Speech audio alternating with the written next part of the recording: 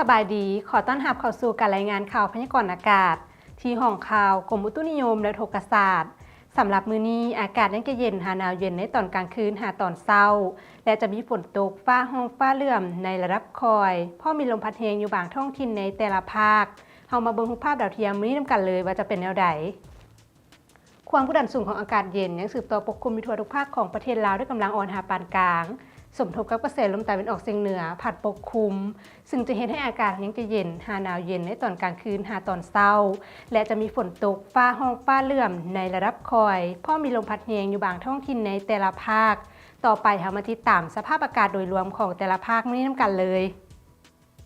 ภาคเหนือด้านตะวันออกอากาศเย็นหาหนาวเย็นในตอนกลางคืนหาตอนเช้าและจะมีฝนตกฟ้าห้องฟ้าเหลื่อมในระดับคอยพอมีลมพัดแรงอยู่บางท้องถิ่นเนื้อที่การปกคลุมของฝนเท่าสาวส่วนให้ของภาคอุณหภูมิในระหว่าง 11-19 องศาภาคเหนือด้านตะวันตกอากาศเย็นในตอนกลางคืนหาตอนเช้า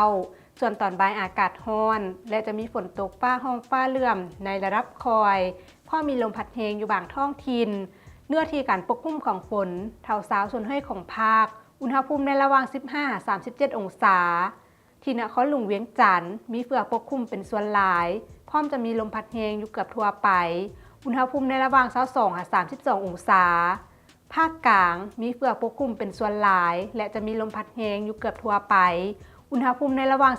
17-32 องศาสำหรับแขวงไชยสมบูรณ์อากาศเย็นในตอนกลางคืนหาตอนเช้าจะมีฝนตกฟ้าห้องฟ้าเหลื่อมในระดับคอยอยู่บางบริเวณและมีลมพัดแรงเป็นบางโอกาสเนื้อที่การปกคลุมของฝนเท่าสาวส่วนให้ของภาคอุณหภูมิในระหว่าง 15-18 องศาภาคใต้อากาศเย็นในตอนกลางคืนหาตอนเช้าส่วนตอนบ่ายอากาศร้อนพร้อมจะมีลมพัดแรงอยู่เกือบทั่วไปอุณหภูมิในระหว่าง 19-37 องศาสำหรับเขตผู้เพียงบริเวณอากาศเย็นและจะมีฝนตกฟ้าห้องฟ้าเหลื่อมในระดับคอยพอมีลมพัดแรงอยู่บางบริเวณเนื้อที่การปกคลุมของฝนเท่า25ส่วนให้ของภาคอุณหภูมิในระหว่าง 14-29 องศาท่านผู้ชมที่เคารพมาฮอดนี่การรายงานข่าวพยากรณ์อากาศก็ได้หมดเวลาลงแล้วท่านสามารถติดตามชมโดยผ่าน Facebook หรือ YouTube ที่ขึ้นตามหน้าจอนี้